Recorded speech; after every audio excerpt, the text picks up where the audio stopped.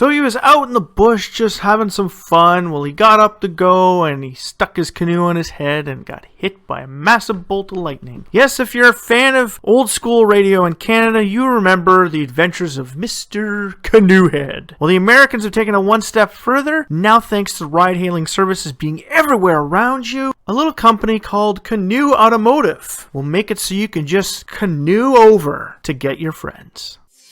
AutoLooks.net Autopod, streaming day or night, coming right at you, right here, right now.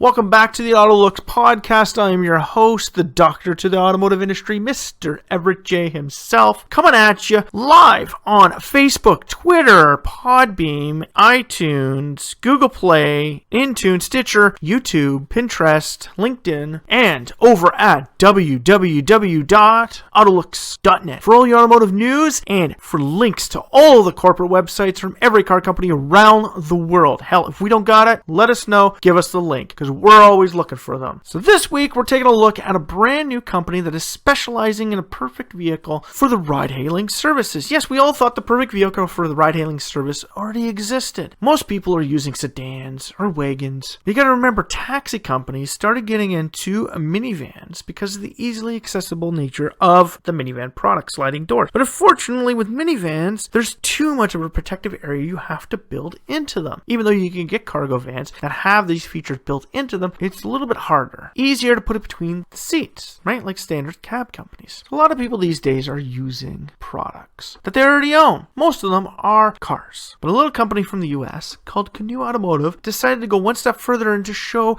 and go after and see what would make the most ultimate ride-hailing service vehicle anybody can think of. And they kind of did. Power plant is it's an EV, yes. But it is a product that not only can be operated as yourself, it can be operated in fleets, be operated through taxi services. It doesn't just have to be about ride-hailing services because of the usability of the product. If you remember station wagons way back from the 70s and 80s, hell, even going all the way back to the 50s, like, let's just take a look at the Chevy Novak. It had bench seats in it, right? It also had bench seats against the wall in the back of the product. Well, vans used to have that too. Look at the old microbuses. Used to have the wrap-around seats in the back of them. Sure, they weren't great for hauling your stuff in, but it was great for picking your friends up and going out. Well, Canoo has taken a look at where the original microbus was right in moving people around. The hippies wanted to bring all their friends with them when they went to concerts and out to anything they were going to. So they had the big wraparound seats so they could sit there and socialize and hang out.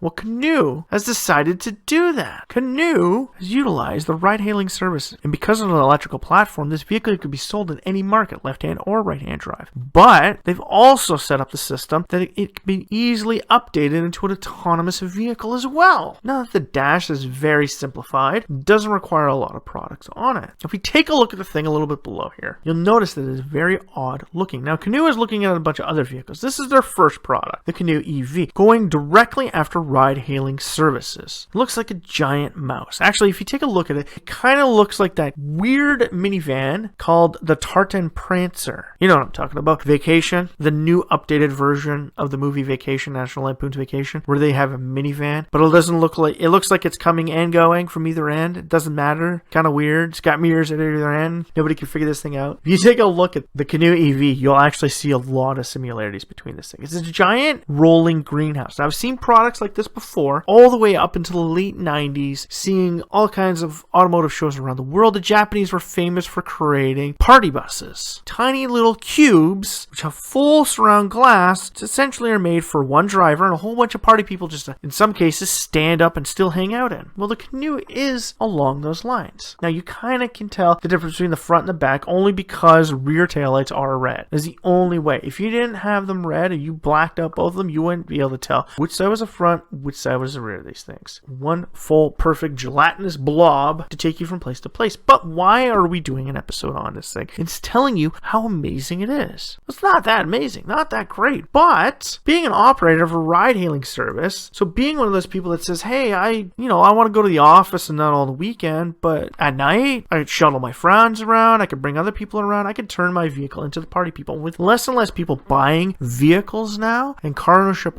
dying out, eventually, as we said in our podcast about active lifestyle vehicles, car companies are going to have to start moving into vehicles that blend and give you everything all in one. And the Canoo kind of does that. They do it for the party people, the socialite, the person who likes to hang out with everyone, or the person that likes to make money on the side. Greatest thing with this thing is that the side door, the access into the rear, actually has a seat built onto it as well. So you could store even more people inside of it. The only question I have for this is because it classifies as a vehicle and not a bus, how do you securely fasten everybody inside of it? These are little trinkets of things that they're going to have to try and figure out with different regulations per state and per province and per country. Now, if you take a look at all these pictures, it is a full C wraparound. Now, there's a door on either side because you have to be able to access. If you remember, the reason why the Volkswagen Beetle died in Mexico is because cab drivers were able to rob people. Because there was only two doors on the front, the cab driver is able to lock you in the back, rob you at gunpoint, and then drive you to your destination. What are you going to do? You can't escape. You just can't even go through the hatch. Well, this bad boy's got doors on the side. Pretty much a dedicated vehicle for companies like Uber and Lyft. It wants to be what you need to get you and your friends around. Like, it's got tons of greenhouse glass. You can see everything in it. Now, if you're traveling downtown, let's just say,